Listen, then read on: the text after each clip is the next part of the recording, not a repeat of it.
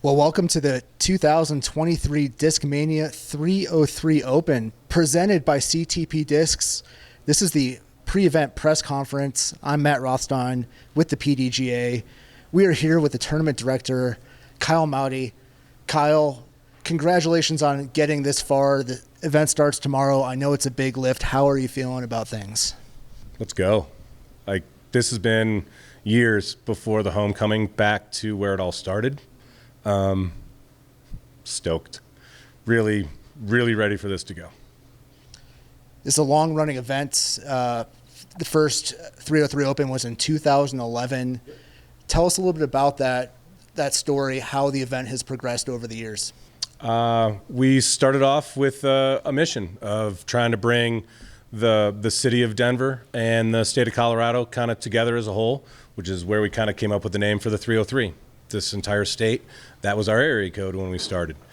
So to bring it together, recognizing that, and our mission was to put Colorado on the map. We've been known as a Passover state for the tour for a while. We've had some A tiers in here, people coming back out for High Plains Challenge for years, but it didn't seem like this was a stop for people. So that was our goal. Now, Colorado does have a very impressive collection of touring players, but like you said, not a lot of presence on the tour itself. This event was a Silver Series event. What are your ambitions? Are you looking to get back on the tour? I would love to. When we were a test event back in 2018, 2019, the course wasn't fully ready. And the recent support that the Parks and Recs Department at Highland Hills has been given since we came back from COVID has been a big push.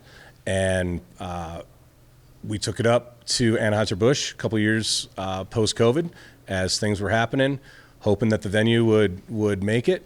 And it just didn't seem to pan out as we wanted. Some things became questioned with the property, and we were so happy to bring it back here. It's back at Highland Hills, this course on the outskirts of Denver for the first time since 2019. Tell us a little bit about this property and the current configuration you've got set up for the event. So back in the late early 1990s, the original 18-hole Badlands course was installed. It expanded to include another technical 9 holes known as the Blair Witch.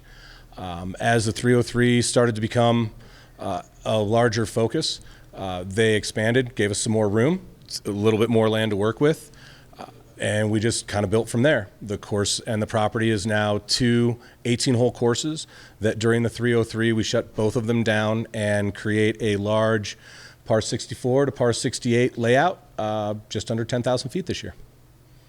Now I know guys have done a lot of work on the course, some changes, actually a lot of changes from the last 303. Tell us maybe about a few specific changes, and in general, what were your goals with the changes to the course? So some of the biggest changes are they gave us some new land to work with, and in that new land, there's some very uncharacteristic style holes for Colorado, very technical back-to-back hallway shots that you just don't see in Denver. Scoring separation on those holes will be real, and it won't just be because somebody can throw far. Another one of the goals was to more appropriately balance it out for the pools. In the past, the B pool or the FPO division was playing the same layouts, and it just didn't provide the same separation or the same level of competition. So we've balanced it. We've morphed 2 different layouts onto the same style of configuration, and trying to really make it best for everybody who's out here playing. We're holding this press conference right now here at CTP Discs Tap-In Lounge. Tell us about this business and the relationship with the 303 Open. So CTP has been a sponsor of the 303 Open since COVID, so for the last 3 to 4 years. Big support, and Barry Jennings had expanded his current business and brought him within blocks of everything we're doing at Badlands. So it just seemed to be a natural, logical, symbiotic relationship so that we could have things like this, highlight the course, highlight our supporters, and bring more highlight to the Denver community. And I know one man can't put on an event like this. I know you have a great support staff, volunteers, local club. Can you tell us about the people who are helping you put on this event this weekend? So many that I'm sure I'm gonna miss some names. So I appreciate all of you, but the ones I really want to focus on, Dan Pachone, he's listed as the assistant TD. He's one of 3 people who have been part of this event since the first day. He's been a player, and he's been on staff for the last 9 years. Heart and soul, he was out here digging the pins. We have all new pins. We have all new pin placements. We have all new baskets. And those all went in within the last 3 weeks. Him and his crew with Sean Gould, Sean Gower, JMO, couldn't have done it without Jeff Bullard. He's a disc golfer who also works for the Parks and Rec department, and without his help, we couldn't have gotten this done. Jason Hefkin, Leonard Miller, my starter Jason Rosenbaum. I mean, there's just so many people, hours and hours and hours, and stoked to be watching it all come to head this weekend. Well, the action kicks off within 24 hours. Real quick, what are your hopes? What are your goals to see this weekend? Great weather, which has been all over the place for the last couple of weeks as we watch it. Good competition, smiles and spectators. You know, like these guys are here. They want to see what Denver has to offer, and it comes from more than just the course. It comes from the community and the support that they see, and the drive that we've already been showing. We just want to show it to the players. I pass it over to Derek Skull. Kyle Motti. Derek Skull. Derek Skull, Gatekeeper Media. So happy to see you again. Welcome back. Great to see you. So this is more of just kind of us taking some time to reflect a little bit. The first time that we had ever been a part of the 303 was the test year event, and it was at this course. Yep. We've had some involvement over the past couple years, pretty much every year since then. So I'd just love to kind of hear from your side of things about, working with a dedicated media team for events like this. Wow. You guys were the first media team, and outside of NADGT Nationals, the only media team that I've worked with. And you guys have been great. You've shown me what the engagement really means and how to make the relationship work, because I don't understand it all. and I'm not going to pretend like I do on TV either. Well, that's all I have for you. I really appreciate hearing hearing what Matt had in store for you before. But that's Derek Skull with Gatekeeper Media signing off with Kyle Motti. Thank you, guys. We're here with Team Discraft's own Aaron Gossage. Aaron, welcome to the 303 Open. Now, I know you've probably talked about this quite a bit, but I haven't had a chance to speak with you since Worlds last year, and I know a lot of disc golf fans really got to know you during the World Championships. You took Paul Macbeth to a playoff, which is an incredible accomplishment. Just wanted to ask you, in the months since, what effect has that had on you, your game, and just your life in general?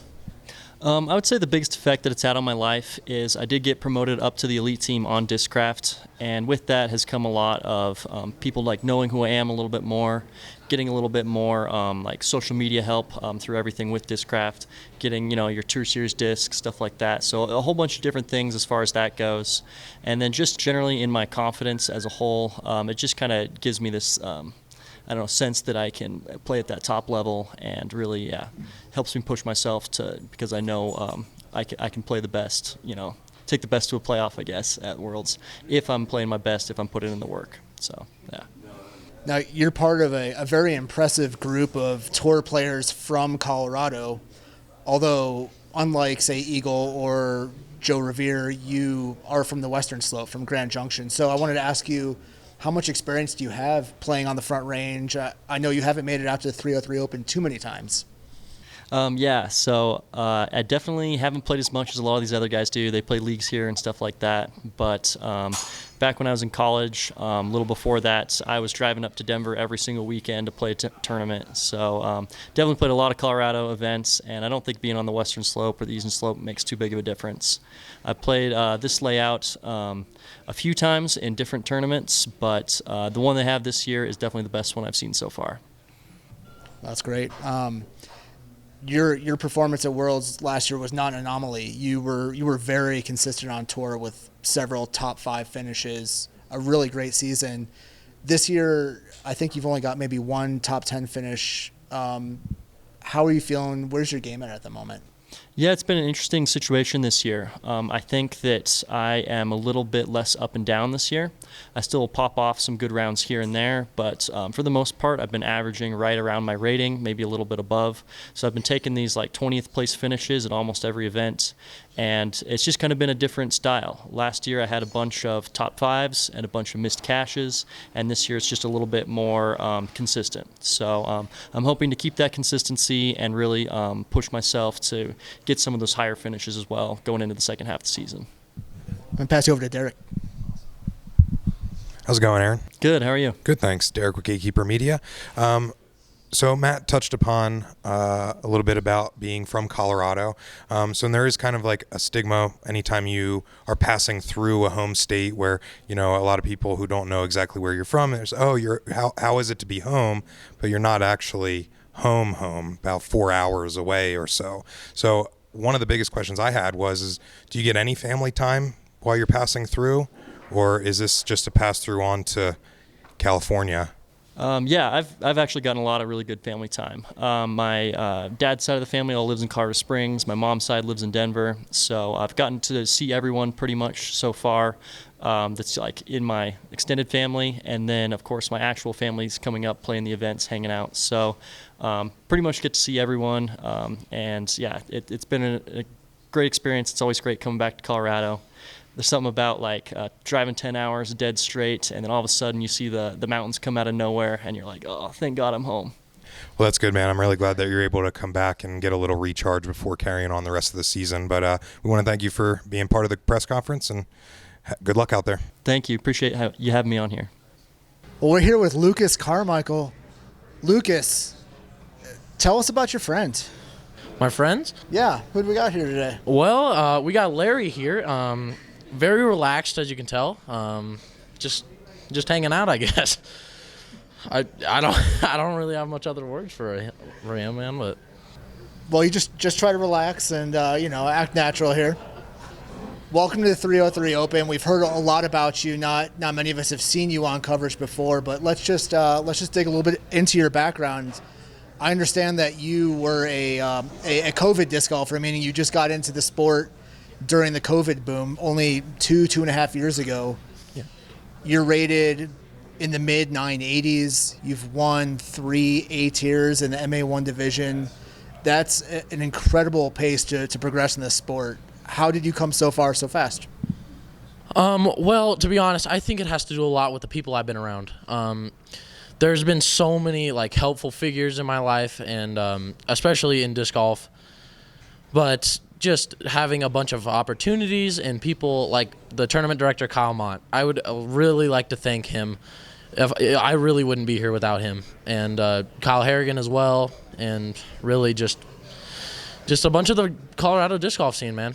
Just something about it. Now, you placed, I believe, second in the Junior Nationals last year at NADGT. It's a high-profile national event. What kind of experience did you get from that tournament, and how are you looking to build on that at events like 303? Well, I think from those tournaments, it really gives a perspective, because when you're going up against national competition, it's just a completely different setting and experience. And I think setting up for the 303, that was a big help for me, is because I've played a lot of bigger tournaments, and I learned something from everybody. So once you get out beyond Colorado, you really start to experience more players, and that's what I feel like with the tour players coming to town. I'm feeling excited because I get to learn. So that's really.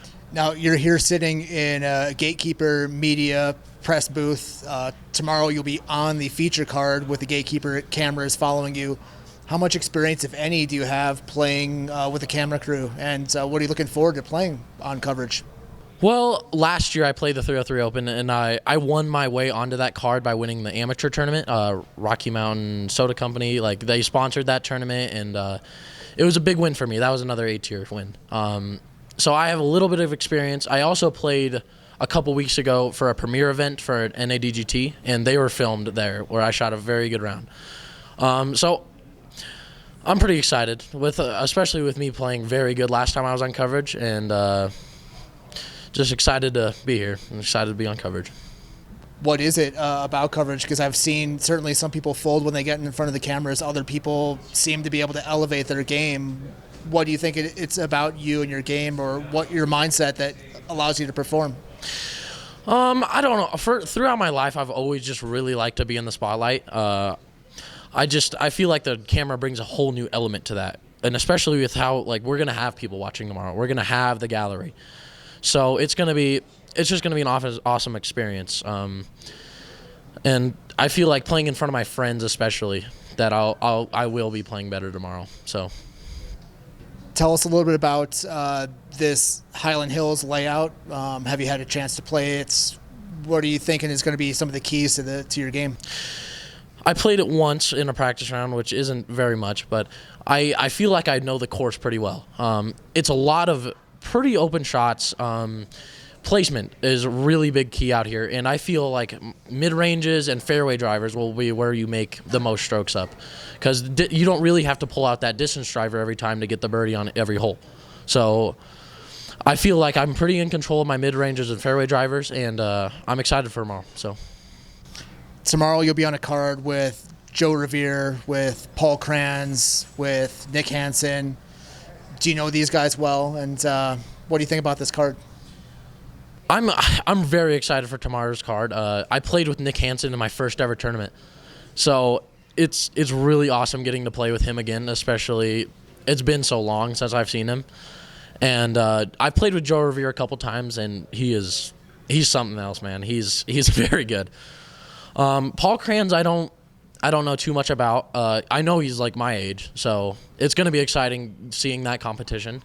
And it's going to be exciting playing with Paul Kranz and Joe and Nick tomorrow. Now you've had the A-tier wins in the MA1 division. Tomorrow we'll be playing with the big boys in MPO. What are your hopes? What are your goals for this week? Well, my goal is just to have fun always. But I really would like to, because I've played this event for the past 3 years, and I've not finished real well in all of them. So my goal would probably be around top 20. So if I get that goal, I'm going to be very happy. I think anything, I mean, this whole weekend's a win, because my whole year has been building up to this point, and I just feel. Beyond this weekend, you've had such early success in your disc golf career. Where are you looking to take this? What are your ultimate goals with your disc golf career? Well, my goal obviously is the Pro Tour. I would love to make it there someday. I feel like I've had some resources to help me fast track to the Pro Tour, and I just feel like it's like a timer now. So I feel like we're getting close to it. But I mean, obviously we're not there yet, but we're still working at it. So. Well, Lucas, thank you so much for joining us at this press conference. Way to keep your focus despite any possible distractions, and we wish you the best of luck this week. Yeah, thank you very much. All right, well, we're here with the 2017 PDGA AM World Champion, AJ Carey. AJ, welcome to Denver for the 303 Open. How are you feeling? How have your travels been? Well, we came from Jonesboro, so it was a 2-day drive to get here, but we got here Monday evening, and we've so far have 2 practice rounds on the course, and we're excited to be back in Denver. This is our 3rd year being here, so we're really excited to keep it going. Well, we've asked this of a few players who are on the tour like yourself, but what do these A-tiers present as far as an opportunity to get some extra practice in on off weeks and maybe just kind of retool yourself and retool your game?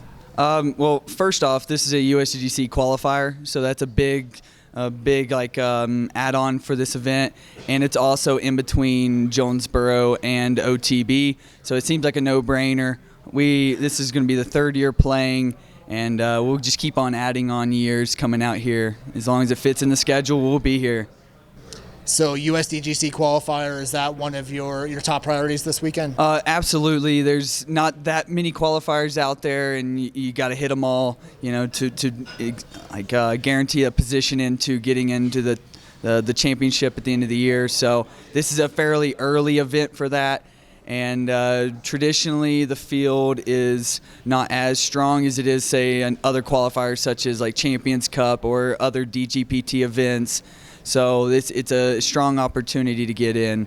I got in last year with a tied third place position, so looking forward to shooting the best that I can this year to give myself a chance at that and maybe a chance to carry off this trophy. Now, you've been coming out to the 303 since at least 2019? Yeah, 2019 was the first year, and then we were out here last year. So we've played 2 different venues, and I'm really excited of the changes out at the Badlands.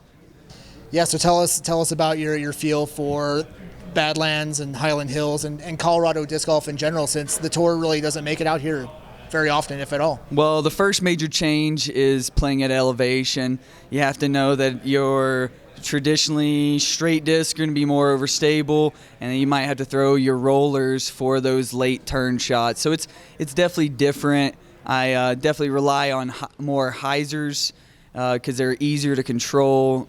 A lot of my understable, say, mid-ranges are more straight than they normally are. So it's definitely a change in there on how to play the game plan, how I use my sidearm, how I use my backhand. But this is third year coming out, so I kind of have an idea. Just use fairways heavy. They fly just as far as distance drivers, so. It's I know it's not unheard of, but you're used to these press conferences. You're used to the cameras following the cards on tour. But for an A tier, it's unusual to have a press conference. How encouraging is it for you to see A tiers and more regional events kind of pushing the envelope and trying to make that run at getting on the tour? Well, I like it a lot. I mean, it helps push the A tier almost to like an A+ tier.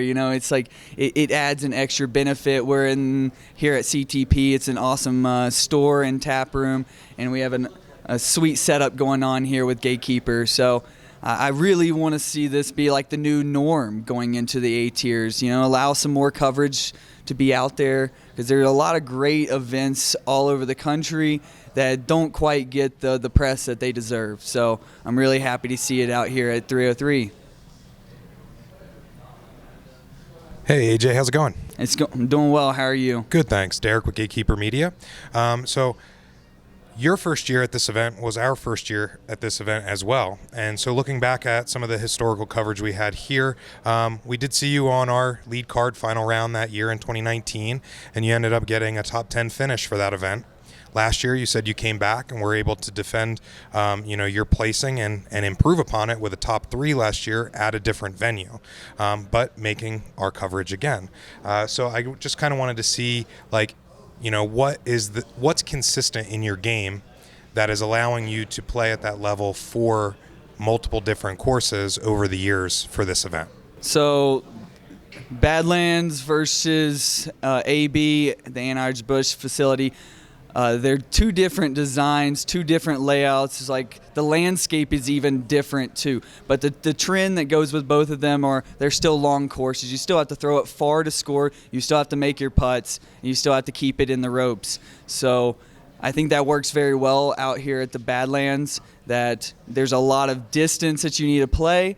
And you have to play, now it's going up and downhill. So I think that's a strong advantage for me out here. And the OB there is nearly tripled compared to what it is at the venue we played last year. So it's a lot more tight. There's a lot of rough. There are added woods, which is a great benefit here as well.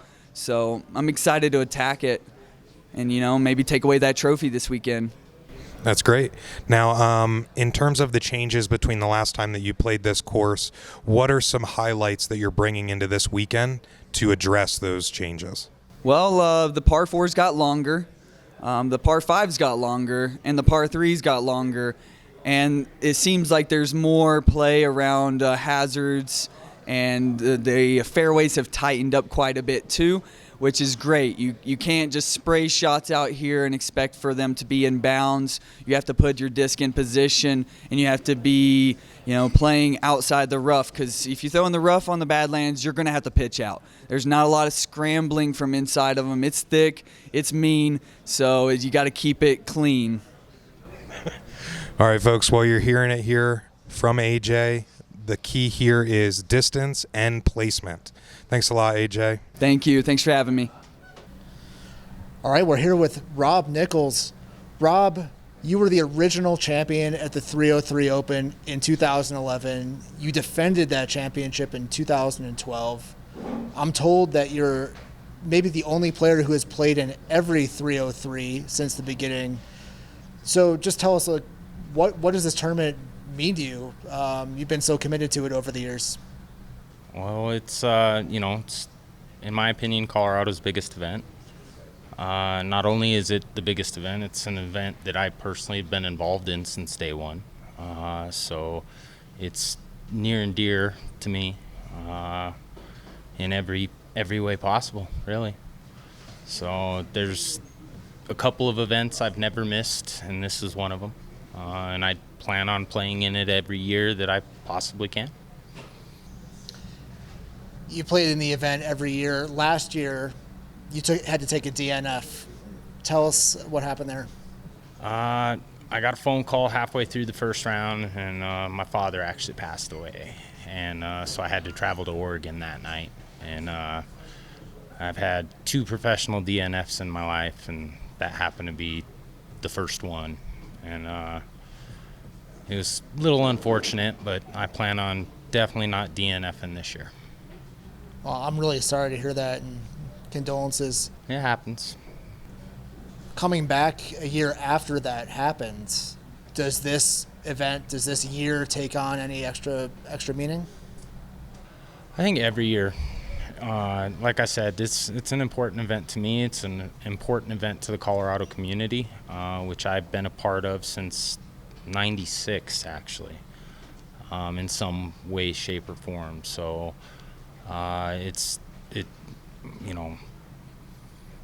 that there's not another event that really, I think, holds up to 303 at the moment. So it means a lot to me. You're such a staple of the Colorado disc golf scene. Many people outside of Colorado don't know really much about the Colorado scene, although they do know of some of the players that it's produced: Eagle McMahon, Joe Revere, Aaron Gossage. Tell us a little bit about Colorado disc golf and how it's able to produce the amazing players it has been able.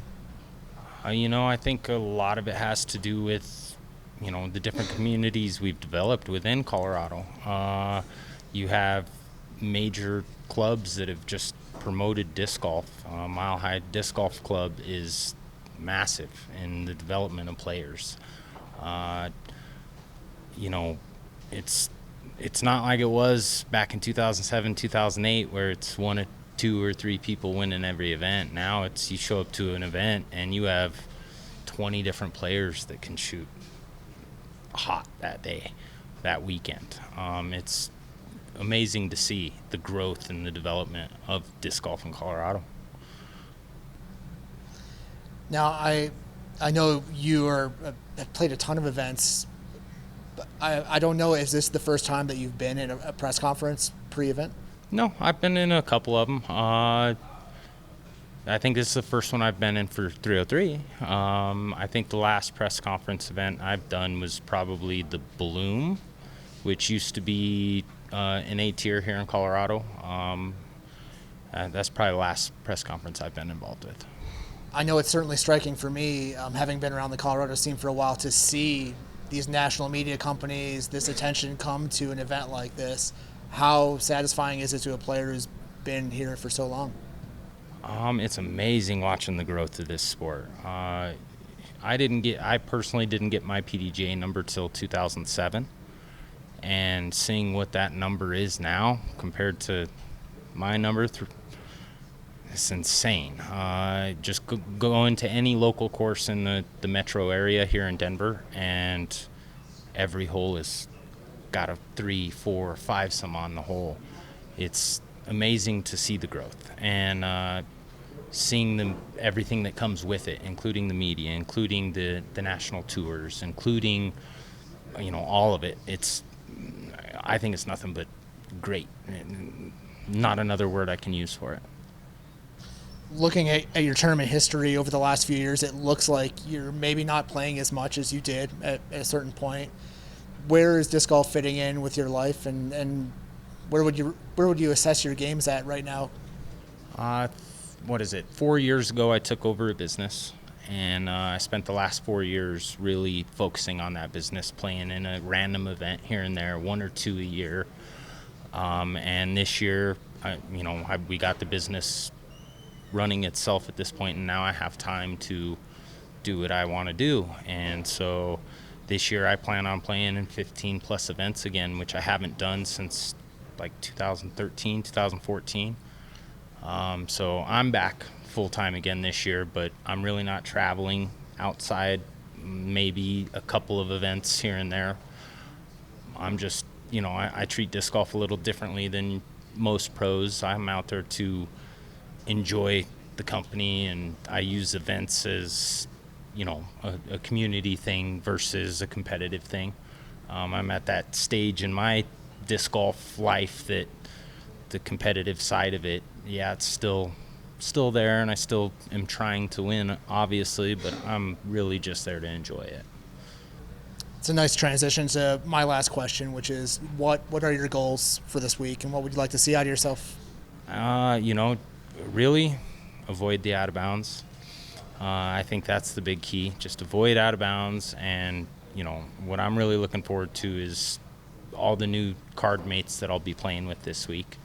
A lot of new faces out there that I don't know, that don't know me, and that's my biggest thing, is just looking forward to playing with whoever they stick me with.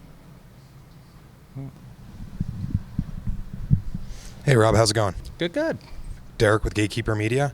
I just have a couple things. One thing I wanted to kind of hear from you, what you think the expectations are on you for being a hometown hero and playing in an event that you've never missed and things like that. So, how do you carry that of what all the other locals' expectation may be of your performance here?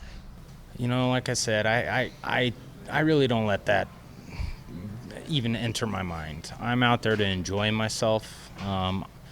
Like I said, the competitive side of it, of course it's there, but it is not in the front of my mind at all. I'm just out there to enjoy myself. Wherever I finish, I finish. I'm looking forward to playing. That's a great mindset. Would you say that maybe you get some extra energy if a lot of your loved ones and friends are around to cheer you on?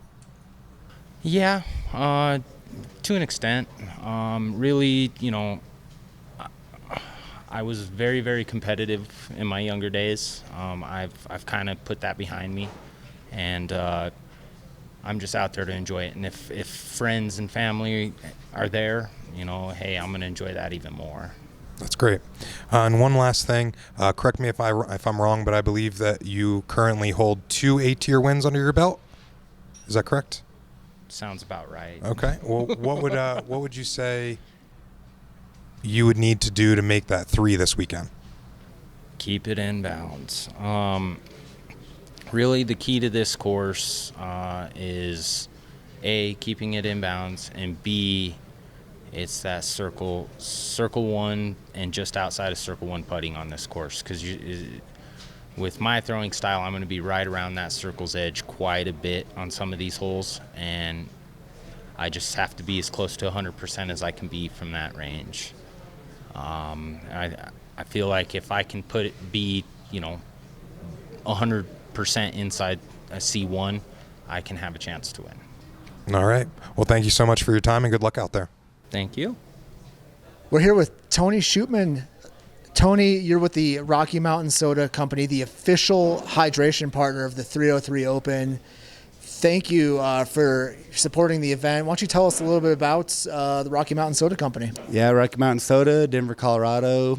Make bubbly beverages for anybody and everybody. We make Rocky Mountain sodas, delicious, carbonated, a little bit of sugar in there, no high fructose corn syrup, so definitely very good. And then we also have another sister brand, Colorado Best Drinks, which has a little bit, 20 milligrams of CBD in each can, so kind of let your nerves off when you're on the disc golf course a little bit better. And then we also have Lift the Libations, which is an alcoholic drink for the adults.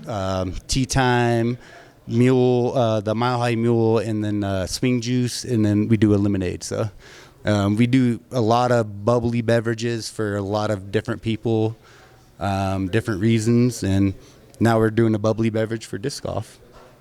Now, I know you've been supporting disc golf events for a while now. Tell us a little bit about how the company got into being a sponsor of disc golf, and what do you guys get out of it? The owner, Drew Fulton, is actually is an avid disc golfer. He loves the sport, but he also has a company, so he has to run that. I've been an avid disc golfer for a while. Love supporting Kyle in the 303 Open. We have like 5-6 baskets in our warehouse, so the guys, when they're working, they're disking, getting better than me because I have to manage all the guys, and they get a putt and I don't. So I'm like, why don't you put at work? I'm like, I can't, sorry. But we also get out of just getting our logo out there, our sodas out there into the hands of people. They love them, and it's really great to see that it's like the majority of the non-alcoholic beverages is what people are really liking, and the adults afterwards love the alcoholic beverages. So bubbly deliciousness is what we bring to the table. Now, where are you guys currently distributing? Are you just in Colorado? Or? No, we're in Colorado. You can go online, RockyMountainSoda.com, and you can literally get a 12-pack, a case of soda, or a double case of canned soda sent to your door. These sodas that we have right here, these are actually just water. It's slightly carbonated water with a little bit of lime. There's a little QR code here for all the guys that are out here for 20% discount if they want to partake on some of that soda. And you don't have to live in Colorado to get our soda. You can get it online. We also do big distributions into California, Florida, all around. You can find us in Sprouts, King Soopers, Safeway, a bunch of the local stores around here. And a lot of bars carry our stuff on the bag-in-box, which is the little soda fountain. You can find that a lot of places around Colorado. Well, fantastic. And you said you and the company owner are avid disc golfers. Yep. In fact, I understand that you are playing in the 303 Open this weekend. So what division are you playing in? MP40. MP40, all right. I just don't feel I can challenge myself to play with the open players, so I'm gonna stick with my guns and try to play with those guys tomorrow. What's the game plan, and what are your goals for your performance? I want to hit par. If I can play par on that course, I walked it a handful of times. I love that course. I grew up with that course. Never played the course they have in this weekend. It's crazy. It's awesome. I love it. And we'll see how I do. I just want to par out, hopefully. That's all I can say, man. Just want to hit pars.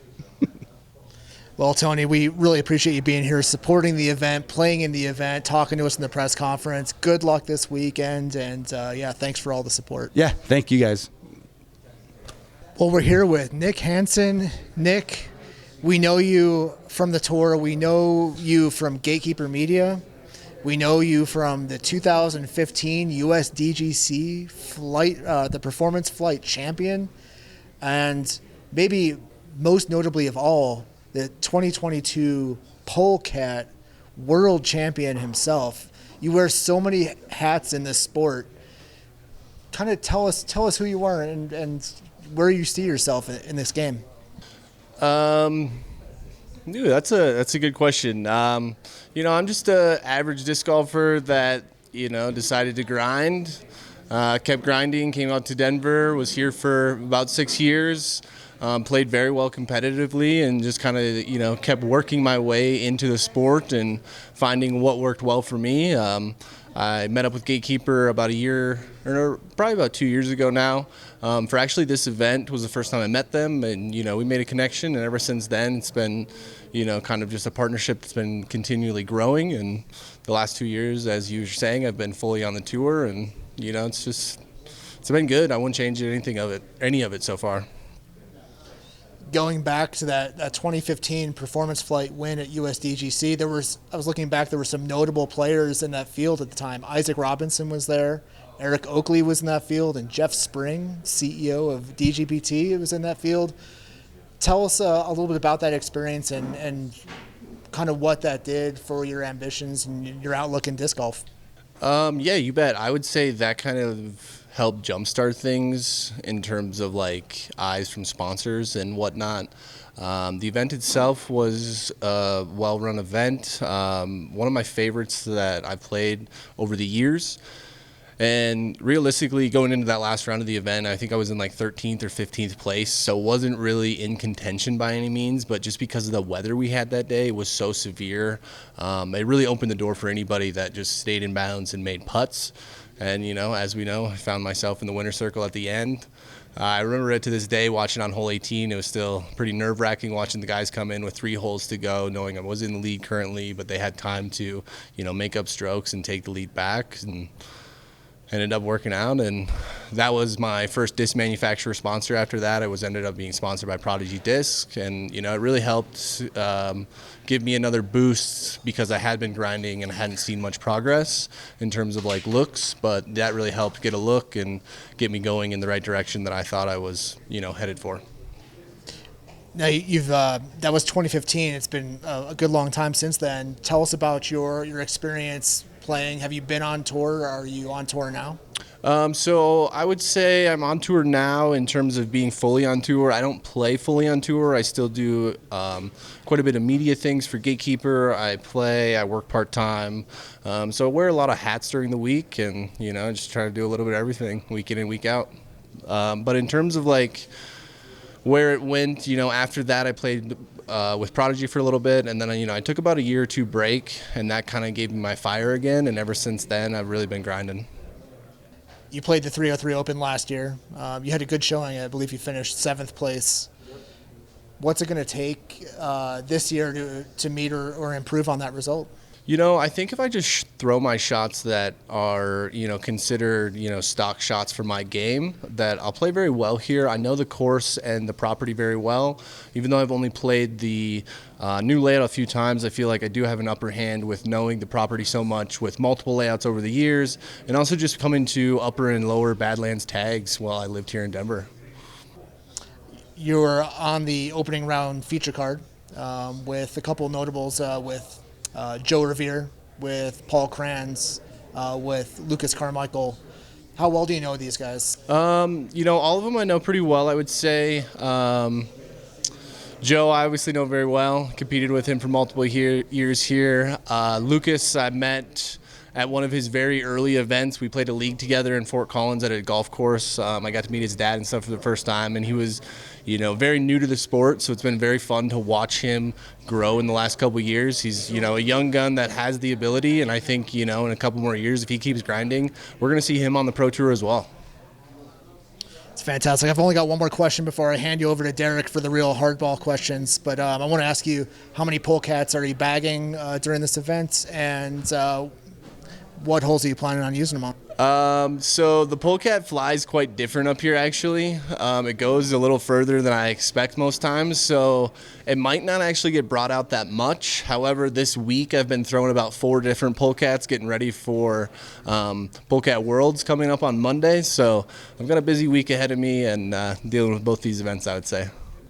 Awesome. Here's Derek. Hi, Nick. Hello, sir. Derek with Gatekeeper Media. The first time, as you mentioned, that we met was the first year that 303 Open was at AB, and you were on our feature card then. Then last year, you kind of coined a nickname, if you'd like to share with the public. Yeah, so I was coined Feature Card Nick from Alex Russell, Noah Mindsma. That group of guys featured me as The expected group that would Yep. give you the nudging in that direction. So this year, still playing on feature cards for us and stuff, but you've also maybe started coming up with a new nickname as the Qualifier King. You know, I have heard that floating around a couple. I haven't really called it myself yet, but, you know, it's getting out there. I'm 3 for 3 on this season, so I'm pretty proud of that. The qualifiers haven't been easy. I've thrown down some pretty good rounds during those events, so I'm just going to keep doing what I can at those events. It seems to be something special for me at those, and I really just need to try and transfer that into the full event, I would say. Yeah, I would say each qualifying day were some of the notable scorings for those days, so good job for that. Thank you. But do you have anything that you'd like to shout out yourself? I would like to shout out, you know, the disc golf community here, both Kyles. You know, this takes a lot of effort to put a tournament on like this. So, you know, I'm happy to come back here and represent, you know, Colorado and, you know, a part of the tour to come back here and, you know, show what the Denver community can do.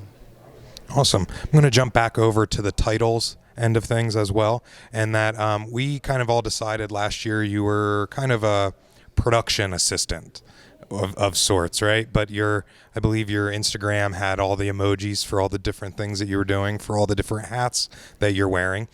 This year is a little bit different. Do you mind kind of going over a little bit more detail about how things have developed and matured along with the Gatekeeper team? Yeah, so I've, you know, kind of worked into the team a little more. I'm doing some like back-end admin things, you could say, for the team. I'm also trying to play a little bit more, and that allows me to do those admin things. They're not during the round times, and so I'm able to, you know, still work for them and give them you know, productive hours throughout the week, and then that also allows me to play. Additionally, we've done some new media things this year. We've come out with couples doubles, which I'm hosting. There's also Beyond the Basket that we're still working on, and there's quite a few other things, you know, that we have in the works that we can't exactly talk about yet, but, you know, we're always trying to create new and fun content. All right. Well, is there anything else? I think that's it. All right, bud. Well, thanks for your time and good luck out there. Thank you.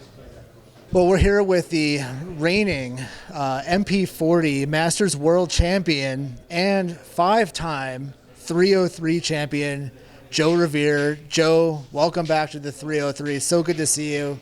How you doing?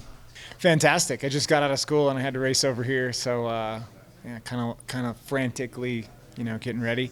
Tomorrow's a tournament, so I better switch my brain here pretty quick from teaching to disc golf. But I'm ready. Well, that's right. A lot of the field, I'm sure, was out hitting the course today, taking measures of the fairway. You're in the classroom, raising the next generation of scientists. Tell us a little bit about that dynamic. Does it help? Does it hurt for you to have to switch back and forth? Man, that's a tough question. I don't know if it helps or hurts. I often think about disc golfers and how committed they are, and I don't know if I could live that lifestyle. I feel like I would need to do something else. I mean, I got a wife and 2 kids, and that's a job. And then I'm a teacher, and that's a job. And then disc golf is a job. It's a tough balance, but I can't decide if I like it or if I don't like it. I like it because I get to spend a lot of my time doing one job, and then I can switch my brain to another job, and it takes all the stress of the one job and just goes away because all your focus is on the other one. Whether I'm at school and I'm not thinking about disc golf, or whether I'm playing disc golf and I'm not thinking about school, it's nice to take that break. But it's hard. My kids got in trouble for shooting rubber bands last period down at the orchestra, and I had to, you know, spend time doing that. And then as I'm driving, I'm trying to tell parents about what happened, and sometimes it's hard to bridge that gap. And I feel like I've like bipolar or tripolar. I have these different things, and I can just shut everything else off. But one thing that's weird is, like, in the last couple of years, it's all come together, where everybody at school found out about my disc golf because it's all over YouTube now, and like all my kids are like Googling me, and all of a sudden it's all like this. And kids are bringing discs to my classroom for their dads to sign, and I'm like, well, now it's like they're connected. I've got one of my kids that is caddying all 3 days, Linus from one of my classes. And so like now I'm like taking these things that used to be different and now they're all together into one thing. So maybe it's a good thing. I don't know. Maybe it's a bad thing. It's a busy life, I can tell you that. Well, I'll only ask you one more science school question, then we'll transition over to disc golf. But I understand that you have led a group this year in a robotics competition that actually kind of crossed over and involved some disc. Can you tell us a little bit about that? Yeah, so I've been a robotics teacher for a long time, and I've got 9 teams in my club. We won the state championships. We won like 9 tournaments this year. They crushed it. What a year they had. And then we went to this world championships, and we lost to China in the semifinals, sort of as expected. My kids are good, but they need another year or so. But the game last year was called Spin Up, and it's disc golf. And it was the craziest, talk about my worlds colliding. Like the field is a 12-foot by 12-foot field, and it was 2 disc golf baskets, and we had to build robots. There were 72 discs on the field, and we had to build robots that could pick them up and shoot them. And then at the end, the last 10 seconds, they have to expand their robot and cover like 140 square feet. But it was the strangest thing in the world to have my kids. I mean, discs flying around my classroom, and it was pretty wild. But it was amazing. It's awesome to see, like kids building that stuff at 11 years old. Incredible. You had mentioned that more kids from your school are starting to recognize you as a disc golfer and have seen your stuff on YouTube. I imagine your win last year at Masters Worlds, maybe among the more popular videos that they're watching. I just want to go back to that win, and just now that it's been about a year, ask you to reflect on it and kind of what that win meant to you and how has it impacted you as a disc golfer. Man, no one's asked me that in this whole time, and that's important because that was a lot of work, and that was, I don't know how long I've been playing this game now, 18 years or something like that, going on 20 years, and that's been my goal. Started when I was 28 years old, and so I didn't get that young, the things that these kids can do. So it was a lot of work, and I always, I've won close to 150 tournaments, and nothing of that size. That was a major. For me, it meant everything in the world. All that stress and all that pressure of, and the obsession of trying to perfect everything finally came to fruition. After all these years and all these tournaments, I never really felt like it was good enough. And so this one, I finally, on my way home, I was driving home and I just thought, like, yes, I did it. And now wins are important, but just not as stressful. I don't know. I've achieved that thing that I wanted to do. I mean, there's still more to do, obviously, but that was a big one for me. And it really helps. It really helps my mindset. It even helped me as a teacher. I just feel better about life, and nobody can take that away from you when you do something like that. You can always look back and say, I did that. Even if I'm old, I still did it. Oh, incredible. You had referenced your 100, I think it was 145 wins, and I pulled this stat up earlier.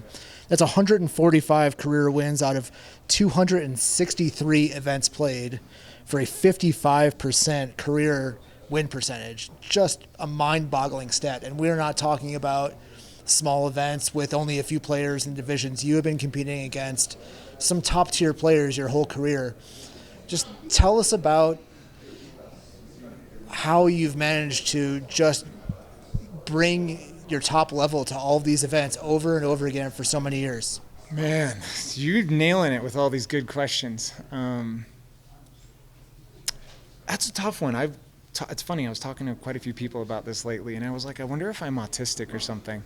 Something inside of me, and I don't know why or where it came from, I have this drive, and I don't know where it came from. And if I wasn't competing at the highest level in disc golf, I would be competing at the highest level at something, only because I don't know how to stop.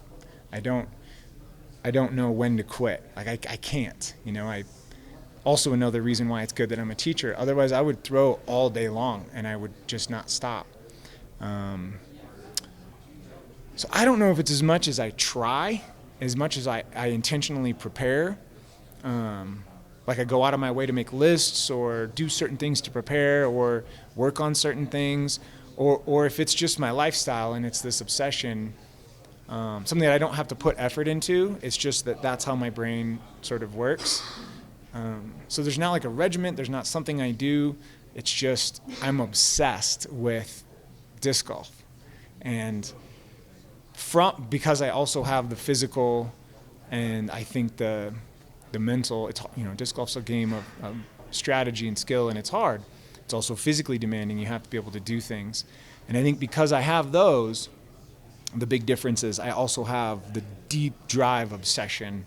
And those three things put together, it's perfect because, it's this thing that I love doing. I love competing. I love good battles, getting those trophies. But for me, I also get this incredibly good feeling when on my way home, I stop and I just putt for a half hour, and it's like this Zen moment of relaxation. And I'm not preparing for a tournament. I'm practicing, but I'm not preparing. I'm just cleaning out my stuff in my brain, similar to someone that is trying to meditate that can't, like me. I'd have to do some physical activities in order to do it. So I don't know. I don't think I do anything particular. I just have some drive inside of me that never lets me stop. Probably till I die. Well, in sports, it's always a dangerous prospect to go into the what ifs, but I've heard you talked about as maybe one of the greatest players that has not been on tour full time. Maybe as somebody who could have won an MPO World Championship. Tell us about the decision that you've had to make over the years to not go out on tour, to keep this family life going, to be a teacher. Yeah. So I started teaching before I started playing disc golf. And so playing disc golf has sort of been this thing that sort of came on after I had begun teaching. It wasn't my first passion. And so it was like my second passion. Can you ask me that question again? Yeah, I'm just curious, how much did you struggle? How much did you consider going out on tour? Okay, so a lot more recently, because at first I had just become a teacher. I've got retirement. I've got health insurance, and it was something that I wasn't quite good enough, but I thought, man, I bet I could compete. I thought about it for a long time, but I only have summers off. And now that I've gotten older, especially when COVID hit, and I've never considered it. I couldn't consider it, especially once I had kids. I got a 9 and a 7-year-old now. There's no way I could go on tour, get injured, and not be able to afford my mortgage or pay for my kids. But honestly, certainly the last 3 years since COVID hit, I really had to think about things. I really had to think about things. And honestly, especially last year, I thought, I'm 45. I think I can get to be 1040. And I got 1038. And I still, it's not gone. It's still there. And, I would be lying if I said, if someone came to me and said, here's $1 million, we want to play, I would play. So if the money was good enough when I was a little bit younger, I would definitely be a full-time disc golfer. And I've battled with it, especially as I got, it started to come back and I started to spend more time on the course and less time with my, kids, because it used to be every second. But now I'm like, an hour a day, I can do that. And all of a sudden I'm thinking, I can get back to 1040. I can compete with these guys. So it's still there. It's still itching. It's just I can't risk. I've thought about it so many times that I was like, my wife even for the first time said, why don't you just do it? Why don't you just take a year and we'll see if, if it works out, it works out. If it doesn't work out, it doesn't work out. But my wife's a little bit more of a gambler than me. And to me, it's a big gamble. And I would beat myself up for the rest of my life, and I choose to do it for a year, get injured, and then I can't pay my mortgage. So yeah, if I had made enough money to cover more than what I make playing disc golf and teaching, I would have to do it because I would want to know, where would that put me at all these big tournaments? I know I can compete. Everybody gets nervous, but I love pressure. And a lot of people, they crack under pressure. I know I do better in those situations, and that's what I would love because, they're on film, they're on tour, there's the crowd. And for me, that's exactly the recipe for success, is all that pressure and long courses. So I'm still like just teetering between like, oh, it's right there, but I don't know. Well, I feel like I could talk to you about your career and all these accomplishments probably for hours, but let's turn our attention to this weekend and the 303 Open. You're a 5-time champion here. I understand that Badlands, Highland Hills might be considered your home course. Is this true? Man, it's hard to say. Yeah, now I guess it mostly is. It's the only one that's big enough that I can get out and get some practice on some bigger shots. There's one in Boulder that's kind of on my way home, but that's just a putt. Same with like Interlochen. Yeah, I would say this is definitely my home course. I think that's got to be a threatening prospect for the rest of the MPO field, coming to Joe Revere's home course to try to unseat a 5-time champion. What kind of opportunity do you see this as when an event like the 303, which is big enough now to attract a lot of talent coming off the tour, coming through your town, to give you a shot, even during the middle of the school year, to compete against some of the best? I love it. I love the opportunity. And I love when anybody comes to Colorado. I have a lot of success here against anybody. I have no fear. So I'm just excited, honestly, to play with these guys. Like, I know Aaron, I've known him since, he was a little kid, but he absolutely crushes the disc now. So I do not believe that I'm the favorite by any means, but I have some experience out there. Honestly, I'm just excited to play with those guys, and if I get a chance to beat them, great. If they beat me, great. I love that I get to, now that I'm older, play with these guys. Aaron's 20 years younger than me. These guys are like 25 years younger than me. The fact that I can still compete, they might kick my butt, but at least my name is out there as somebody that can still compete. So I'm just proud to be playing with these guys at this age, Joe, how are you? I'm great. Fantastic. That's great. Derek with Gatekeeper Media. I'm great. Thank you. So I'm going to kind of jump into the Worlds talk as well. But first, I do want to say I was rooting for you the whole way through, but in probably one of the most conflicted feelings that I had, because Chris Villa is such a dear friend to us. So I was rooting for him as well. So it was a win-win for me, a real win for you. And I kind of want to jump into what it was post-Worlds for you, because you went on to win 6 more events that year after the Worlds win. Yeah. 2 of them being state championships, 1 of them being your home state's championship and an A tier. Yep. So I'd love to hear a little bit more about the journey post-Worlds and what you're using from that to carry from event to event. Yeah. The last couple of years have been interesting, and I've done a lot of mental work and soul searching. I think people still get angry, but a lot of people do a better job of showing it, and that's been a focus of mine the last couple of years. But with that said, my mindset has changed, and I can't quite place my finger on why. And a lot of people say, whoa, man, you came back. What happened last year? And I don't know. My head's just in the right place. So, and it was building up to that win, but that just sort of was like, it just put everything together to be like this perfect thing, like, yes. And then I just rolled with it, that mindset. And it's not something that you can put yourself into. It's sort of this thing that you just are. You just are confident. You do expect to win every event. And for me, so winning those events was no surprise. I'm not saying that I expected to win every event, but I knew I would be competing. Everything was in the right place. As long as I can physically stay healthy, which I've done a pretty good job so far, I know my mental game is in the right place. And that's what that win meant for me, was this big symbol of a lot of work that paid off. Absolutely. Now, kind of going into this year, I mean, you already have 1 or 2 wins under your belt this year as well, correct? I've played 2 tournaments, yeah. 2 tournaments, so 50% on the year so far. That's pretty good. Now, what would you say is going to be the most tricky thing for you this week to get you in that direction of another win? The layout is long, and there are, there's several of us that all worked on the layout together of getting different ideas and really like thinking about shot selection. And so my point is there's some forehand holes, and Aaron Gossage and Joel Freeman are really good at throwing forehands. They're two of the best in the world. So that's what I have to face. And I know that. And I knew that as soon as we were making the holes. I was like, oh, man, Aaron's going to park this for sure.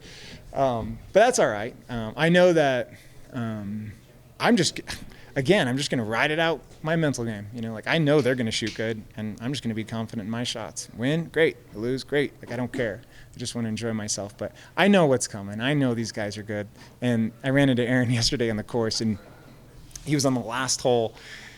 I was like, what do you think? How's it going? And he's like, well, I'm at 16 down right now. And I was like, 16 down on the 303 layout. We did not see that coming. And then he doinked his putt on the last hole. So he'd have been 17 down with no eagles on that layout. So I know what's coming. It'll be aggressive out there. Oh my gosh, yeah. Every hole, is going to be over half the card probably birdieing. It'll be a birdie fest. It's a tough layout, I thought. So I have one more thing for you. We've known you for a few years now, even going back to the first time we filmed the 303 Open in 2019. And we had you on our coverage and happened to catch some magic on camera. Do you want to elaborate on that? That was awesome. Yeah. So, Eagle very early in the tournament, like the third hole, I think. The large throw-in. Yeah, the large throw-in. And I was like, oh, here we go. And I was just ready to get stomped. And it was going good, for the whole tournament. But him and I were neck and neck. And so it was an ace. And when that happened, for me, oh my gosh, that was big because we were battling and, it's getting towards the end. And he actually parred that hole. So that was the two-stroke swing that I won by 2. That was it. It was magic, but it was a lot more than just, I think it was maybe 250 feet or something, just a wide open putter shot, but that won me the tournament. So I was running to pick up the disc out of the basket. I don't know if everybody realizes. In my head, I was like, that was the 2 strokes I needed. It wasn't just an ace, but that was magical. I've only had 4 aces in my life. Only 4? Only 4 aces in my life. I mean, practice aces, hundreds probably, but only 4. So that was one of 4. Yeah, and one other one was against Eagle that he parred and I aced and I beat him by 2. It was the Colorado State Championship, 10 years ago. We're seeing a trend here. I know. Yeah. Awesome. Well, that's it for me. Is there anything that you want to shout out before we finish up? No, I just hope everybody loves the layout. It's cool. It's good rolling hills. Great place to film. I hope everybody has fun. I hope the rules are clear. And I hope everybody just can enjoy Colorado while they're here. I know that we do, and that's why we keep coming back. So thanks for your time, and good luck this weekend. Thank you very much.